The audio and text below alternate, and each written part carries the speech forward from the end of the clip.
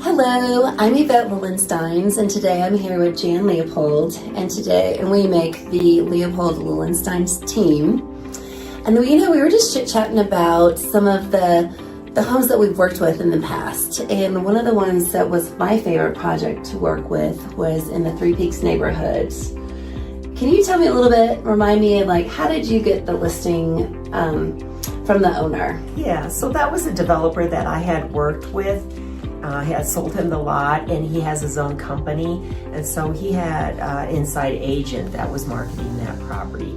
Had been on the market for about 248 days, and then I noticed that it was expired in the MLS, and I reached out to him about relisting it and the different services that we could take and provide that would, get it sold for him this time, because I knew he wanted to move on to another project. And the cool thing about that particular house is that we got it sold in 26 days, which, he was thrilled about because it was 248 days on market. And so it just doesn't happen magically. So I feel like what we do well is we always ask, why didn't it sell? We can sometimes see when we walk through a home, we can look at the previous listing photos, but a lot of times we can get the feedback from the seller and the feedback that they get from their previous agents. What did you remember the most that he said?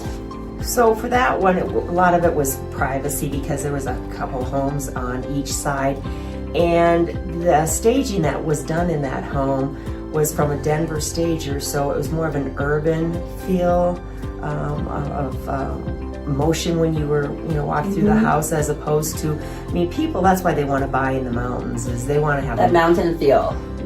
Yes, and so that was kind of the main thing, and exposure. When you're working with an inside agent, you don't have that superior marketing that Remax can take and do, and then other things that we have in our back pocket that we have used in the past for elite marketing, campaigning, and getting out to the higher net worth. Yeah, because this definitely was a luxury home. We could definitely brag about that it was the top sale in Silverthorne in 2024. So that felt really great to have on our shoulders after that. Why don't you tell me that some of the things that you did in preparation for that house before we got it on the market, and to create excitement and exposure to the buyers? Well, touching about what you said also is that it felt cold. So, it was a beautiful modern home with tall ceilings, and we really wanted to make sure that it definitely felt cozy. And one of the opportunities was it felt, some of the feedback that we received, that was too close to neighbors. Well, we made a plan to put in some privacy blinds, and also just to warm up every room. I feel like light linens and minimalism works really well in a smaller scale home, but in this particular setting, we wanted to add depth of layering and then bring in that emotion of being in a mountain home. So I had so much fun gathering art of aspens and bears and fish. I would run over to the Habitat for Humanity and find antiques that would blend with this urban, modern mountain home, but then also kind of bring in the history of Breckenridge, of Summit County. Bring in the history of Summit County. I loved sourcing these old antique skis and that were actually used in a basin. How cool is that? But you also did vision boards to show the developer different ideas and got him involved, and he actually did some of the selections as well, and seemed to be on board as to what we were doing in the same cohesiveness.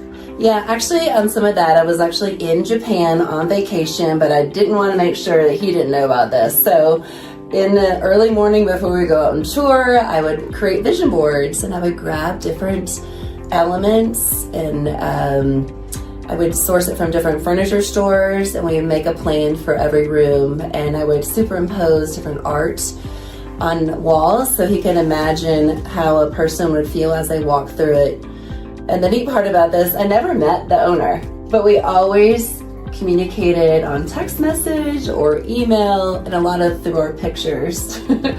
which I don't know, I just loved it. And at the end of it all, we were so, what is it, symbiotic? What's the word? We're just like, I'm like, oh, I had that in my cart. And he wanted to be more involved. He's like, well, I don't love this chair, but I like this one. I'm like, oh my goodness, that exact chair is in my cart right now. So it was a great story. We also added some wallpaper.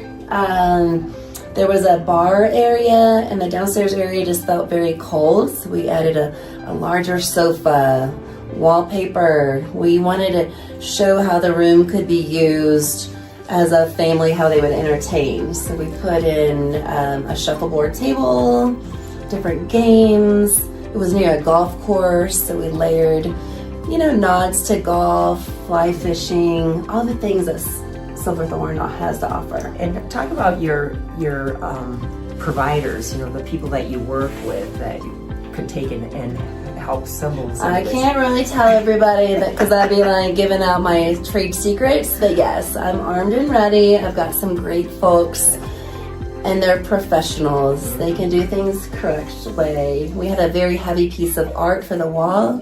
He measured, he was using lasers to make sure it was properly installed and wouldn't damage this really beautiful home. So enough about me. What about, there's strategy too.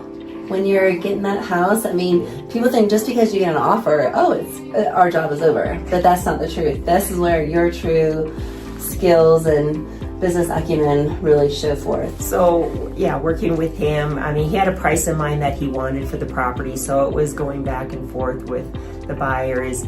They loved the furniture that was in it, but, in order for them to get the best price, they decided that they didn't want to take in and purchase that furniture that was in it. But we had to negotiate, some of the inspection items as well, and make sure the punch list was, taken care of,